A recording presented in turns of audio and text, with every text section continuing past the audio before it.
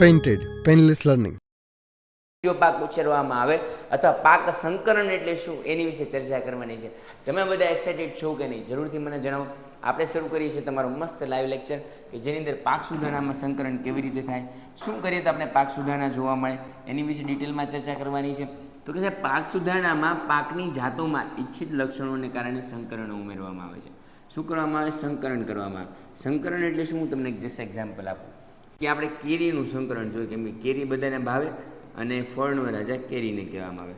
તો કેરી છે એને આપણે સંકરણ કરીએ તો એક જ કલમનો ઉપયોગ કરીને કલમ એટલે એક છોડ, એક જ કલમનો ઉપયોગ કરીને આપણે લોકો એક બાજુ કેસર કેરી ઉગાડી શકીએ, કેસર કેરી, અને એની સાથે એક બાજુ તોતા પૂરી કેરી આપણે કરી શકીએ અથવા હાફૂસ કરી શકીએ. તો આ જે શું એ શું થઈ ગયું બેટા? સંકરણ. કે એક જ જાતની અંદર બે અલગ અલગ જાત તમે કરો એટલે એ સંકરણ થઈ ગયા. પીપળાની અંદર લીમડો ઉગે, લીમડાની અંદર પીપળો ઉગે. તો આ બધી કેવી છે? તો કે પાક સુધારણા. શું કહેવાય? પાક સુધારણા. પાક સુધારણામાં પાકની જાતોમાં ઈચ્છિત લક્ષણોને સંકરણ દ્વારા ઉમેરવામાં આવે. શેના દ્વારા? સંકરણ દ્વારા ઉમેરવામાં આવે. એટલે પાક સુધારણા જે કરવામાં આવે છે એની અંદર વાલા વિદ્યાર્થીઓ પાકની જાતમાં ઈચ્છિત લક્ષણોની સાથે સંકરણ કરીને એની અંદર શું કરવામાં આવે છે? એડિંગ કરવામાં આવે છે. વિવિધ આનુવાંશિકતા લક્ષણોવાળી વનસ્પતિઓમાં સંકરણ કરાવતા જનીન બંધારણમાં સુધારો કરવામાં આવે. શું કરવામાં આવે? જનીન બંધારણમાં સુધારો કરવામાં આવે. એટલે જે પહેલાં હતું એની કરતાં એમને અપડેટ કરવામાં આવે. ધારો કે આ એક કીવી છે. શું છે? આને આપણે કીવી કહીએ. તમને યાદ હોય તો કીવી છે એ બહુ સરસ ફળ છે, મોંઘું આવે તો આ કીવી.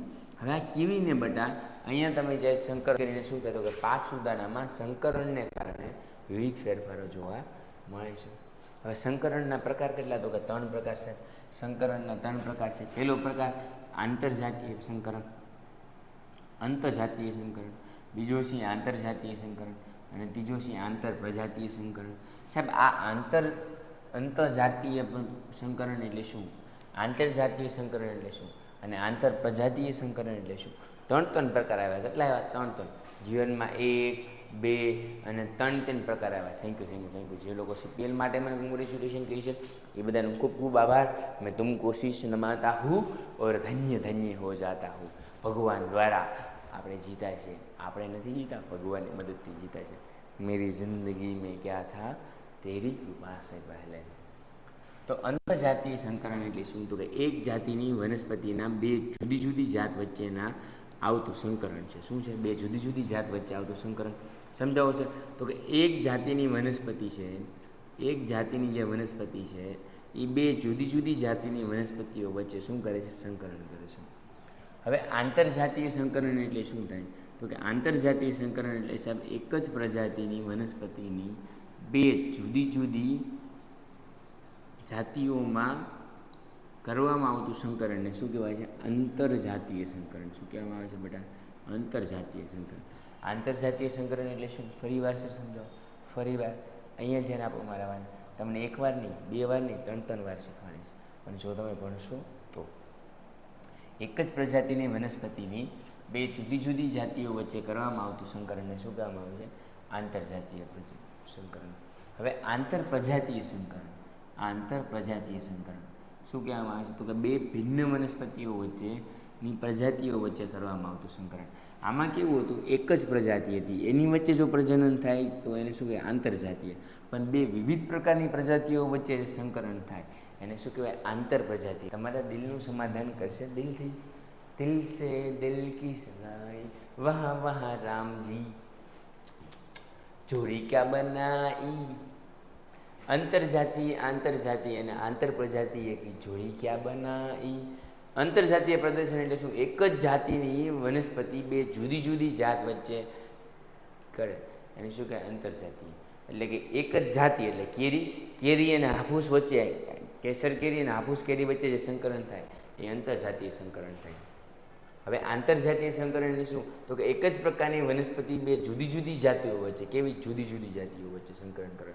એટલે કેસર કેરી વચ્ચે, હાફૂસ વચ્ચે થાય તો અંતરજાતીય. હાફૂસ અને કેસર વચ્ચે, હાફૂસ અને તોતાપરી વચ્ચે થાય તો અંતરજાતીય. અને ભાઈ લીમડાની અંદર પીપળો, લીમડો અને પીપળો લીમડીની આજ ડાળ ઝુલાવે બેની હિંચોળા ખાય, દીકરો મારો લાડ કમાયો હાજ હિંચોળા ખાય, લીમડી હિંચકે હિંચે ગરબો હિંચકે હિંચે. સાહેબ હજી ન સમજાણું, ફરી વાર સમજાવ્યું. એક કેસર કેરી રહ્યો અને બાજુમાં કેસર કેરી ઉગેલી છે, એ બંને ભેગી કરી ગયો તો એ શું કહેવાય? અંતરજાતીય. કેમ? કેમ કે એક જ જાતિના વનસ્પતિને બંનેની સાથે વચ્ચે જુદા જુદા કરવામાં, શું કરવામાં? જુદા જુદા કરવાના, એને અંતરજાતીય સંકરણ કહેવાય. સર આંતરજાતીય સંકરણ એટલે શું? તો કે એક જ પ્રજાતિની વનસ્પતિ બે જુદી જુદી જાતિઓ વચ્ચે સંકરણ કરે. એક જ જાતિની વનસ્પતિ છે એ શું કરશે? તો કે બે જુદી જુદી જાતિઓ વચ્ચે સંકરણ કરશે. તો એને શું કહેવાય છે બેટા? આંતરજાતીય સંકરણ. બરાબર છે? ક્લિયર છે? તો કે યસ સર, ક્લિયર છે. હવે આંતર પ્રજાતીય સંકરણ એટલે શું? તો કે બે ભિન્ન વનસ્પતિની પ્રજાતિઓ વચ્ચે કરવામાં આવતું સંકરણને શું કહેવામાં આવે છે? આંતર પ્રજાતીય સંકરણ. ઓકે સર, આગળ વધીએ. એની વિશે ડિટેલમાં જેનેટિક રૂપાંતરની પાક, જેન્ટલી મોડિફાઈ ક્રોપ એટલે શું છે? જીએમસી. શું કહેવામાં આવે છે? જીએમસી. કે જનીન રૂપાંતરિત પાકો એટલે શું થાય? જનીન રૂપાંતરિત પાકો એટલે શું થાય? તો કે સંકરણ સિવાયના પાકને, સંકરણ સિવાયના પાક જનીન બંધારણમાં સુધારો કરવા ચોક્કસ વનસ્પતિની જાતમાં ઐચ્છિક લક્ષણોવાળા, કેવા લક્ષણોવાળા? ઐચ્છિક લક્ષણોવાળા જનીનને ઉમેરવામાં આવે અને એનું પરિણામ આપવામાં આવે તેને શું કહેવામાં આવે છે બેટા? તો કે જેનિક રૂપાંતરિત ક્રિયાઓ કહેવામાં.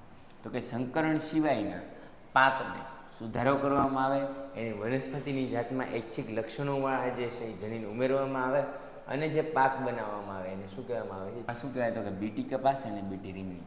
તમને ખબર હતી કે બીટી કપાસ આવ્યો ને પછી કપાસમાં મબલક પાક થવા માંડ્યા. પહેલાં કપાસની અંદર ઘણા બધા રોગો થતા હતા. એની જગ્યાએ જ્યારે બીટી કપાસ આવ્યો ને માર્કેટની અંદર 2000, 2001, 2002ની અંદર, ત્યારે વાલા વિદ્યાર્થીઓ ખૂબ જ પ્રમાણમાં જે છે ફળદ્રુપતા વધી ગઈ. એટલે આખા ગુજરાતની અંદર બાકી બધા ફળદ્રુપતા વાળા કરતાં બીટી કપાસને લીધે અને બીટી રીંગણને લીધે જે છે એ આ બંને પાકને લીધે સંકરણ કરવાથી, જનીનના બંધારણમાં સુધારો કરવાથી વનસ્પતિના અને જે રીંગણ છે, કપાસ અને રીંગણ, આ બંનેમાં એટલો બધો વધારો થયો કે બધા ગુજરાતમાં કપાસ કરવા માંડ્યા. તમારા પણ ખેતરમાં કપાસ થતો હશે, તમારી આજુબાજુ પાડોશીના ખેતરમાં કપાસ થતો હશે. બરાબર છે? કોઈક અહીંયા જે છે કચ્છથી જોડાણું છે, કોઈક સુરતથી જોડાણું છે, કોઈક વડોદરાથી જોડાણું છે, કોઈક જે છે એ અમદાવાદથી જોડાણું છે. અલગ અલગ વિસ્તારમાંથી જોડાયેલા છે. તો અલગ અલગ વિસ્તારમાંથી જોડાયેલા વિદ્યાર્થીઓ છે એ અલગ અલગ રીતે કાર્ય કરે.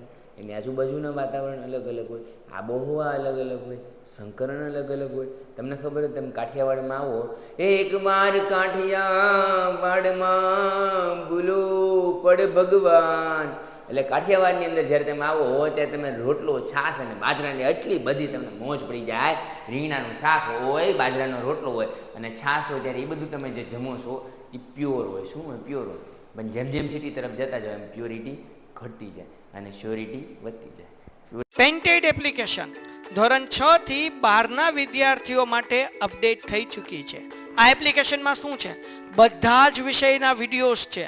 ગુજરાતની બેસ્ટ ફેકલ્ટી દ્વારા લાઈવ લેક્ચર્સ છે, આઈએમપી પ્રશ્ન છે, ટેસ્ટ સિરીઝ છે અને ગુજરાતના તમામ વિદ્યાર્થીઓ સાથે તમે તમારી કમ્પેરિઝન કરી શકો છો. ગેમિફિકેશન છે અને બીજું ઘણું બધું. તો તમે એપ્લિકેશન ડાઉનલોડ ન કરી હોય તો ડિસ્ક્રિપ્શનમાં લિંક આપી છે. હમણાં જ પ્લે સ્ટોર ઉપર જાઓ અને એપ્લિકેશન ડાઉનલોડ કરો. ઘરે બેઠીને સરસ મજાનું ગુજરાતની જોરદાર ફેકલ્ટી સાથે ભણો, સારા માર્ક્સે પાસ થાઓ. શ્યોરિટી ઘટે ને શ્યોરિટી વધે એટલે લોચા થાય. આગળ વધીએ. નવી જાતો સ્વીકારવા માટે શું આવશ્યક છે? નવી જાતો સ્વીકારવા માટે શું આવશ્યક છે તે જણાવો. તો કે પાકની નવી જાતો છે એ વિભિન્ન ક્ષેત્રો અને વિભિન્ન પરિસ્થિતિમાં સારું ઉત્પાદન આપે છે, ખેડૂતોને સારી ગુણવત્તા આપે છે, બિયારણ જે છે સરળતાથી પ્રાપ્ત થઈ શકે છે. બરાબર છે? બધા જ બીજ એકબીજા જાતને સરખી રીતે અંકુરણ પામી શકે છે. જાતિ આબોહવાની પરિસ્થિતિમાં ઉગે છે. સ્વીકૃત નવી જાતિઓ જે છે એ ભૂમિમાં પણ ઉગી શકે છે. એટલે શું કીધું? કાંઈ સમજાણું નહીં છે, ફરી વાર સમજાવો. નવી જાતનો સ્વીકાર કેવી રીતે થાય? તો કે પાકની નવી જાત છે એ વિસ્તારોની ભિન્નતા પ્રમાણે ઉત્પાદન આપી શકે. કાઠિયાવાડીમાં કપાસ સારો થતો હોય તો ચરોતરમાં બાજરો સારો થાય, તો ઓલી બાજુ ઘઉં સારા થાય. તો બધા વિસ્તારની અંદર અલગ અલગ વસ્તુ થાય. બધા વિસ્તારની અંદર અલગ અલગ વસ્તુ થાય. એટલે જમીન પર આધારિત છે, આબોહવા પર આધારિત છે કે કયું સંકરણ ક્યાં મેચ થશે. પછી બધું સંકરણ ફિટ થાય નહીં. સાહેબ આપણે તો લાકડાએ માકડો ફિટ કરવાની પરિસ્થિતિ છે, પણ એવું ન હોય, એવું શક્ય છે નહીં. ચાલો, ખેડૂતોને સારી ગુણવત્તાવાળા વિશિષ્ટ બિયારણની પ્રાપ્તિ કરવામાં આવે છે. બધા જ બીજ એક જ જાતના હોય છે અને એક સરખી અંકુરણ પામે છે. જાતો વિપરીત આબોહવાકીય પરિસ્થિતિમાં ઉગે છે. કેવી પરિસ્થિતિમાં ઉગે છે? વિપરીત આબોહવાકીય. દાખલા તરીકે સ્વીકૃત કરેલી નવી જાત ભૂમિમાં પણ શું થાય છે એમાં. હવે સર સમજાવો ક્વેશ્ચન નંબર 11. કયો કારકો અને પરિબળો એ જાતને સુધારવા માટે ખૂબ આઈએમપી છે? કયા કારકો અને કયા પરિબળો કોઈ જાતને સુધારવા માટે આઈએમપી છે? તો ભાઈ કયા કારકો પરિબળો જુદા જુદા સુધારણા કરવામાં આવે છે? વધુ ઉત્પાદન ક્યાં જોવા મળે છે? તો કે એકર દીઠ કૃષિ પાકની ઉત્પાદનમાં વધારો કરવામાં આવે. એકર દીઠ, એકર ને હેકર આવે. શું આવે? હેકર.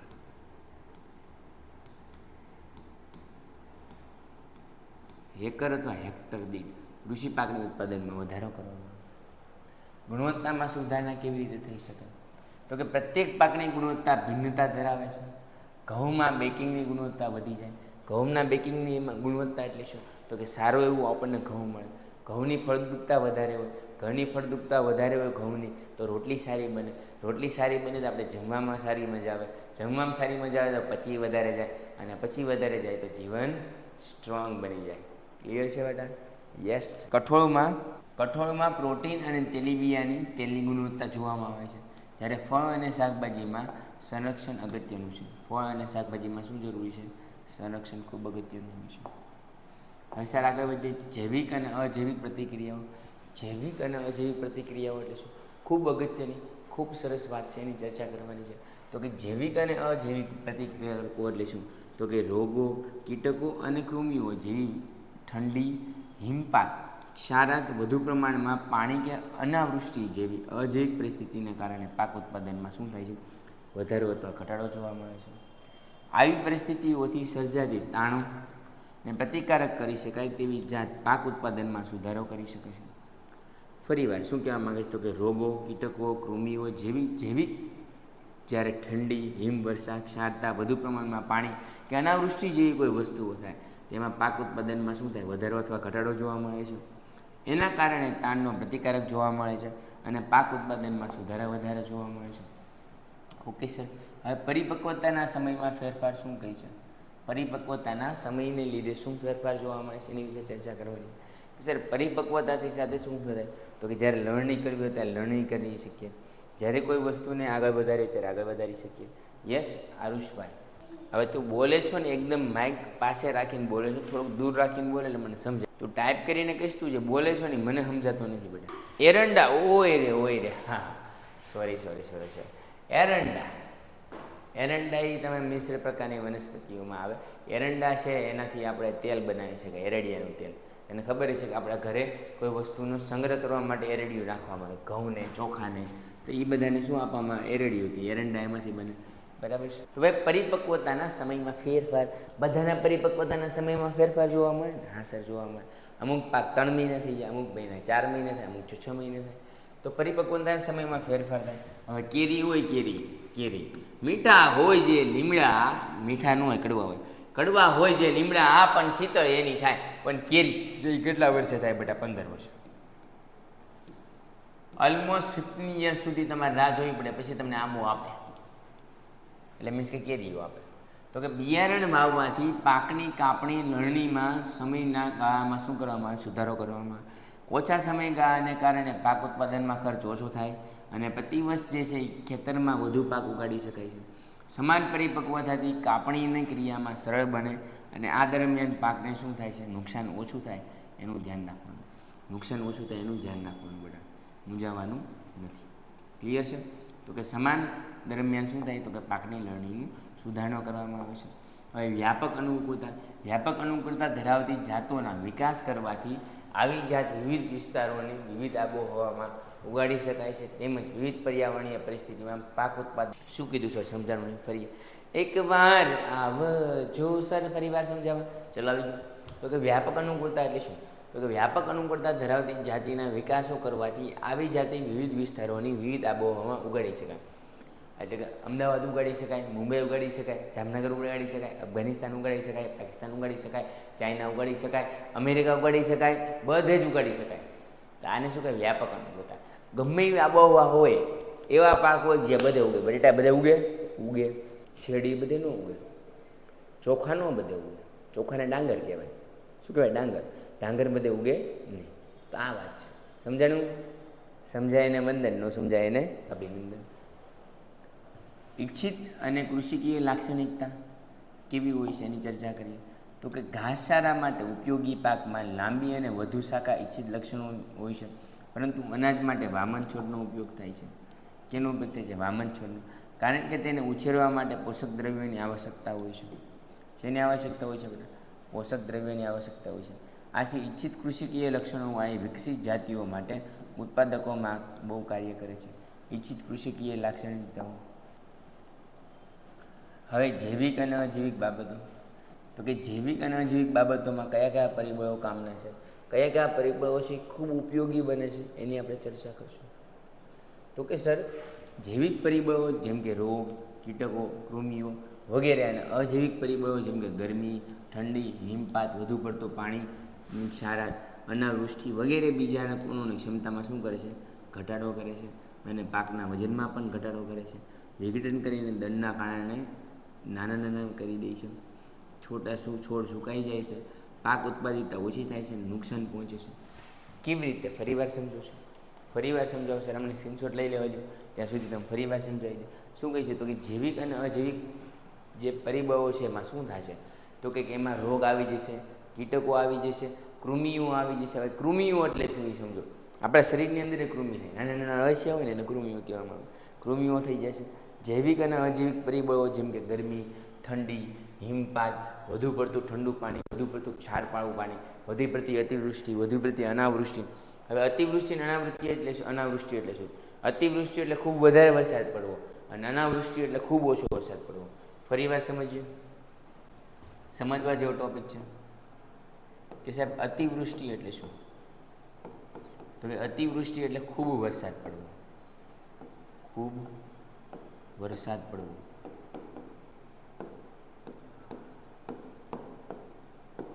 અને સાહેબ અનાવૃષ્ટિ એટલે શું થાય? સમજાવો ને સાહેબ.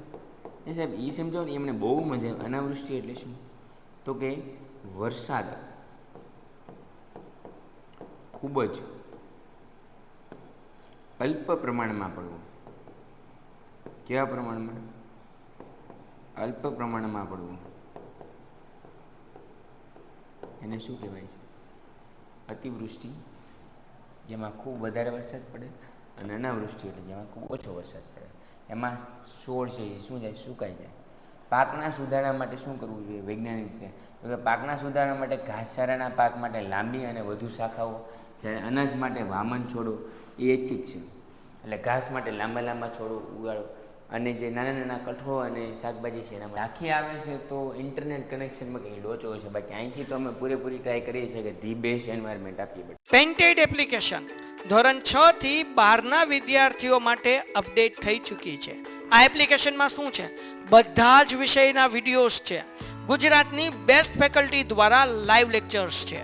આઈએમપી પ્રશ્ન છે, ટેસ્ટ સિરીઝ છે, અને ગુજરાતના તમામ વિદ્યાર્થીઓ સાથે તમે તમારી કમ્પેરિઝન કરી શકો છો. ગેમિફિકેશન છે અને બીજું ઘણું બધું. તો તમે એપ્લિકેશન ડાઉનલોડ ન કરી હોય તો ડિસ્ક્રિપ્શનમાં લિંક આપી છે. હમણાં જ પ્લે સ્ટોર ઉપર જાઓ અને એપ્લિકેશન ડાઉનલોડ કરો. ઘરે બેઠીને સરસ મજાનું ગુજરાતની જોરદાર ફેકલ્ટી સાથે ભણો, સારા માર્ક્સે પાસ થાઓ. એવું લાગે તો રેકોર્ડેડ જોવાના ફરીવાર. હોય ને કંઈ ઇસ્યુ આવતો જ બેટા. અમે ટ્રાય કરીએ છીએ કે બેસ્ટ વસ્તુ મળે, પણ છતાંય કંઈ ઇસ્યુ હોય તો આપણે જોઈ લઈશું બેટા. હું આયુષીભાઈ જી બોલીએ. હા, સમજાતું નથી, ફરીવાર બોલો. ઓકે, અંકુરણ ક્ષમતા. અંકુરણ ક્ષમતા એટલે કોઈ વસ્તુને અંકુરિત થવાની ક્ષમતા. જેમ કે કોઈ છોડ ઉગાડવો હોય આપણે, તેની અંદર બિયા નાખીએ તો બિયા કેટલું અંકુરણ કરીને આપશે, કેટલી ફળદ્રુપતા આપશે, કઈ રીતે જે છે એ ઉગશે, અને અંકુરણ ક્ષમતા કહેવાય. ક્લિયર છે બેટા? ક્લિયર છે? ચાલો આગળ વધીએ બેટા. સીધી વાત, નો બકવાસ. ચાલો પાક ઉત્પાદનનું વ્યવસ્થાપન જોઈ લઈએ. શું જોઈ લઈએ? તમને એક્ઝામમાં એવું પૂછાય, આઈએમપી છે? Yes, this is IMP. પાક ઉત્પાદન એની અંદર વ્યવસ્થાપન પૂછાય. તો કે શું? તો કે અન્ય ખેતી પ્રધાન દેશની સરખામણીમાં ભારત છે એ નાના નાના ખેતરોમાં મોટા મોટા ખેતરો સુધી ખેતી કરે. એટલે ભારત છે એ કેવો છે? તો કે ભારત ખેતી પ્રધાન દેશ છે. ભારત કેવો છે? ખેતી પ્રધાન દેશ છે. કે ભારતની અંદર ખેતી કરવામાં આવે છે ને એને પ્રધાનતા આપવામાં આવે છે. આ કારણે વિવિધ ખેડૂતો પાસે ભૂમિ, ધન, બરાબર છે, શું હોય છે? તો કે ભૂમિ, ધન, સૂચના અને તકનીકી પર્યાપ્ત ઓછી અથવા વધુ પ્રમાણમાં હોય છે. જેના ખેતર મોટા એની પાસે સુવિધા વધારે, જેના ખેતર નાના એની પાસે સુવિધા ઓછી. નાના નાના ખેડૂતો બિચારા કર્જાની અંદર ડૂબતા જાય છે અને મોટા મોટા ખેડૂતો માલદાર, મિલકતદાર, પૈસાદાર બનતા જાય છે. જેની પાછળ દારદાર લાગે એ વધે નહીં. જેની નાના નાના ખેડૂતો એની પાસે ક્ષમતા ઓછી હોય એટલે એ હળનો ઉપયોગ કરે. પણ મોટા મોટા જે ખેડૂતો છે, મોટા ખેડૂતો છે એ ટ્રેક્ટરનો યુઝ કરે, બરાબર છે, અલગ અલગ પદ્ધતિનો યુઝ કરે. તો આ બધી જે પદ્ધતિ છે એ કોણ છે? કે આર્થિક રીતે સક્ષમ હોય, આર્થિક પરિસ્થિતિ પણ અલગ અલગ હોય. અમુકમાં છે એ વધારે આર્થિક પરિસ્થિતિ સારી હોય, અમુકમાં ઓછી હોય. ચાલો સમજીએ. તો કે વધુ રોકાણ અને યોગદાન માટે પાક ઉત્પાદન સહસંબંધિત છે. જેટલું વધારે રોકાણ કરશો એટલું ઉત્પાદન સારું થશે. કેમ કે એના માટે દવા છાંટવી પડશે, એના માટે ભાગ્યા રાખવા પડશે, એના માટે દાળિયા કરવા પડશે નીંદણ માટે. નીંદણ એટલે શું? તો ખબર ને, ધોરણ 8ની અંદર પાઠ આવી ગયો, બરાબર છે. પહેલા ચેપ્ટરની અંદર આપણે વાત કરતા હતા નીંદણ. નીંદણ એટલે શું? તો કે જ્યારે પાક ઉડાડો, જ્યારે મેઇન પાક ઉગાડો અને એની આજુબાજુ નાના નાના જે ઘાસ અથવા બીજા કોઈ છોડ થઈ જાય, જે મુખ્ય પાકને અવરોધે એને નીંદણ કહેવાય. મુખ્ય પાકને શું કરે? અવરોધ, તેને નીંદણ કહેવાય. હવે એને આમ ખેડૂતોની રોકાણ કરવાની ક્ષમતા, પાકના તંત્ર અને એની વિશે નિર્ધારણ. તો કે ઉત્પાદન પ્રણાલીના સ્તરો કેટલા છે? તો કે રોકાણ વગર ઉત્પાદન, ઓછું રોકાણ ઉત્પાદન અને વધુ રોકાણ ઉત્પાદન. આ 3 પ્રકારના સ્તરો છે. પહેલો સ્તરો વનસ્પતિના પોષક તત્વો સમજાવો. તો કે ભાઈ પોષક તત્વોની આવશ્યકતા શું છે આપણા શરીરની અંદર? તો કે વનસ્પતિઓ વૃદ્ધિ, વિકાસ અને તંદુરસ્ત રહેવા માટે પોષક તત્વોની આવશ્યકતા રહેલી છે. કેવી રીતે? તો કે હવા એની અંદર શું હોય? તો કે કાર્બન અને ઓક્સિજન. પાણી એની અંદર શું હોય? હાઇડ્રોજન. પણ જમીનની અંદર શું જોવાય? તો કે ગુરુ પોષક દ્રવ્ય વધારે જોવે, નાઇટ્રોજન. આ સૌથી વધારે પ્રમાણમાં જોવે. પણ નાઇટ્રોજન જમીનની અંદર સૌથી ઓછો અને હવાની અંદર સૌથી વધારે હોય. Sir repeat, danger alert. સૂક્ષ્મ પોષક તત્વો manganese, boron, iron, zinc, copper, મેલ્ડેનિયમ અને ક્લોરીન. આનું યાદ રાખો ચાલે. Magnesium, boron, iron, zinc, copper અને ક્લોરીન. આ બધા કેવા છે? તો કે સૂક્ષ્મ પોષક તત્વો જેની જરૂર પડે જ તે.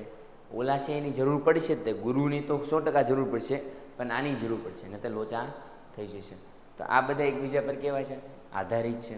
અને આધારિત ન હોય તો આગળ હાલે નહીં, બરાબર છે? યસ સર, ક્લિયર છે? તો કે આ પરથી સ્પષ્ટ થાય છે કે વનસ્પતિ ભૂમિમાં 13 અને પાણીમાં 1 અને હવામાં 2 આવશ્યક તત્વો છે. આ ફરી વાર રિપીટ, આઈએમપી એલર્ટ. શું કહે છે? તો કે ભૂમિમાં 13 તત્વો હોય છે, પાણીમાં 1 અને હવામાં 2. ફરી વાર સર, તો કે 13 તત્વો હવામાં હોય, બરાબર છે, 13 તત્વો ભૂમિમાં હોય, 1 તત્વ પાણીમાં હોય અને 2 તત્વો ક્યાં હોય? તો કે હવામાં હોય. 13 ને 2 15 ને 1 16 તત્વોની વાત થાય છે. પાણીની અંદર શું હોય છે? તો કે બેટા હાઇડ્રોજન, બરાબર છે. હવાની અંદર શું હોય છે? તો કે ઓક્સિજન અને કાર્બન ડાયોક્સાઇડ હશે. અને ભૂમિની અંદર શું હશે? તો કે મેગ્નેશિયમ હશે, આયરન હશે, કોબાલ્ટ હશે, ઝિંક હશે, મેઇન જે છે નાઇટ્રોજન, મેગ્નેશિયમ, કેલ્શિયમ, સલ્ફર અને પોટેશિયમ. એટલા તત્વો ખૂબ જરૂરી છે. Chlorine, magnesium, boron, iron, manganese. Magnesium છે, આ મેંગેનીઝ છે, યાદ રાખજો. મેગ્નેશિયમ અને મેંગેનીઝમાં બહુ ફેર. મેગ્નેશિયમ એટલે Mg થાય ને મેંગેનીઝ એટલે Ma થાય, યાદ રાખજો. હા બેટા. Boron, iron, zinc, copper, chlorine આ બધા તત્વો છે કેવા છે? લઘુ. અને ઓલા બધા તત્વો કેવા હતા? ગુરુ હતા. તો કે હવે પોષક તત્વની ઉણપથી શું થાય? ऐसा तो क्या होगा कि उसकी उणप से क्या ही हो जाएगा? અરે સર ક્યાં ही होगा એની ઉણપ થાય તો કે પોષક તત્વની ઉણપને કારણે વનસ્પતિ પ્રજનનની વૃદ્ધિ અને રોગ સામેની સંવેદનશીલતા ઘટી જાય છે. એટલે પોષક તત્વોની કમી હોય એનું પ્રજનન ઘટે, પ્રજનન ઘટે એટલે વૃદ્ધિ ઘટે, વૃદ્ધિ ઘટવાના કારણ શું હોય? તો કે રોગ હોય, રોગની પ્રત્યે સંવેદનશીલતા ઘટી જાય એટલે બધું ઘટે. ધન વધે પછી માન વધે, માન વધે પછી શાન, શાન વધે પછી સબ વધે, વધતે વધતે જાય. અને આપણે કોઈ વસ્તુ વધવા દેવાની, માપમાં રહેવું, માપમાં રહેવું. તો પોષક તત્વોની ઉણપ હોય એમાં પ્રજનનમાં વાંધો આવે, વૃદ્ધિમાં વાંધો આવે, રોગમાં વાંધો આવે અને દેહ માર્મિક પ્રક્રિયાઓમાં પણ શું થાય છે? અસર થાય છે. આપણને ખબર છે કે જ્યારે આપણને તાવ આવે, ઉધરસ આવે, શરદી થઈ ગઈ હોય, ખૂબ જાજો બીમાર પડી ગયો હોય, ત્યારે આપણે દેહ ધાર્મિક ક્રિયા છે, જમવું છે, સૂવું છે, પછી એકેય પાણી, બરાબર છે, તો એ બધી ક્રિયાઓમાં પણ શું થાય છે? ફેરફાર જોવા મળે છે. કેમ? તાવ આવ્યો હોય તો કાંઈ નક્કી જ ન હોય શું કરીએ, બરાબર. સવારે હોઈએ ને રાતે જાગીએ. ખાતરની આવશ્યકતા કેવી છે? ખાતરની આવશ્યકતા તો કે સાહેબ વધારે પાક ઉત્પાદનમાં મેળવવા માટે ભૂમિમાં પોષક દ્રવ્યો ઉમેરવું, જેમ કે છાણિયું ખાતર, એની આવશ્યકતા ખૂબ વધારે છે. તો કે ખાતરની આવશ્યકતા છે? તો કે યસ સર, ખૂબ વધારે પ્રમાણમાં ખાતરની આવશ્યકતા છે. છાણિયું ખાતર ખૂબ જરૂરી છે. તો આ આપણે શું ભણ્યા આજે? તો કે કૃષિમાં અલગ અલગ પાકોની પહેલાં તો સંકરણ ભણ્યા. સંકરણમાં શું જોયું? તો કે 3 પ્રકારના, એક આંતરિક સંકરણ એટલે કે કેસર કેરી વચ્ચે જે સંકરણ થાય એ આંતર સંકરણ. પછી આંતરિક સંકરણ કે જેમાં કે કેસર કેરી અને હાફૂસ કેરી વચ્ચે સંકરણ થાય. અને આંતર પ્રજાતીય સંકરણ એટલે કે કેસર કેરી હોય ને લીમડો હોય, લીમડો અને પીપળો અને આંબો હોય, આંબો અને XYZ જે હોય, બરાબર છે. તો એને આંતર પ્રજાતીય કહેવાય. આ બધી આપણે ચર્ચા કરી. એની પછી આપણે ચર્ચા એ કૃષિની અંદર શું શું ફેરફારો લાવવા જોઈએ. તો કૃષિની અંદર ફેરફારો લાવવાથી શું થાય? તો કે એની ફળદ્રુપતામાં વધારો થાય છે. ફળદ્રુપતાના વધારો સાથે સાથે એની અંદર અલગ અલગ પાકના વિવિધતા જોવા મળે છે. જેમ કે નાઇટ્રોજન છે, બરાબર છે, હાઇડ્રોજન છે, એ બધા અલગ અલગ પ્રકારના દ્રવ્યો છે. આની વિશે ચર્ચા કરી. તો અત્યાર સુધી એટલું રાખીએ છીએ. ત્યાં સુધી જય હિન્દ, જય ભારત, આવજો, જય વિજ્ઞાન. ચાલો હિતેનભાઈ, દિવ્યભાઈ શું કહો છો? હા, કમેન્ટ કરી દેજો અથવા તો નેક્સ્ટ લેક્ચરમાં પૂછી લેજો. હા, રોઝમીનભાઈ બોલો. હા એ જ છે ક્વેશ્ચન, ચેપ્ટરના જ ક્વેશ્ચન છે. સારું, તો મળીએ છીએ નેક્સ્ટ લેક્ચરની અંદર. ત્યાં સુધી જય હિન્દ, જય ભારત, આવજો. પેન્ટેડ એપ્લિકેશન ધોરણ 6 થી 12ના વિદ્યાર્થીઓ માટે અપડેટ થઈ ચૂકી છે. આ એપ્લિકેશનમાં શું છે? બધા જ વિષયના વિડીયોઝ છે. ગુજરાતની બેસ્ટ ફેકલ્ટી દ્વારા લાઈવ લેક્ચર્સ છે. IMP પ્રશ્ન છે, ટેસ્ટ સિરીઝ છે, અને ગુજરાતના તમામ વિદ્યાર્થીઓ સાથે તમે તમારી કમ્પેરિઝન કરી શકો છો. ગેમિફિકેશન છે અને બીજું ઘણું બધું. તો તમે એપ્લિકેશન ડાઉનલોડ ન કરી હોય તો ડિસ્ક્રિપ્શનમાં લિંક આપી છે. હમણાં જ પ્લે સ્ટોર ઉપર જાઓ અને એપ્લિકેશન ડાઉનલોડ કરો. ઘરે બેઠીને સરસ મજાનું ગુજરાતની જોરદાર ફેકલ્ટી સાથે ભણો, સારા માર્ક્સે પાસ થાઓ.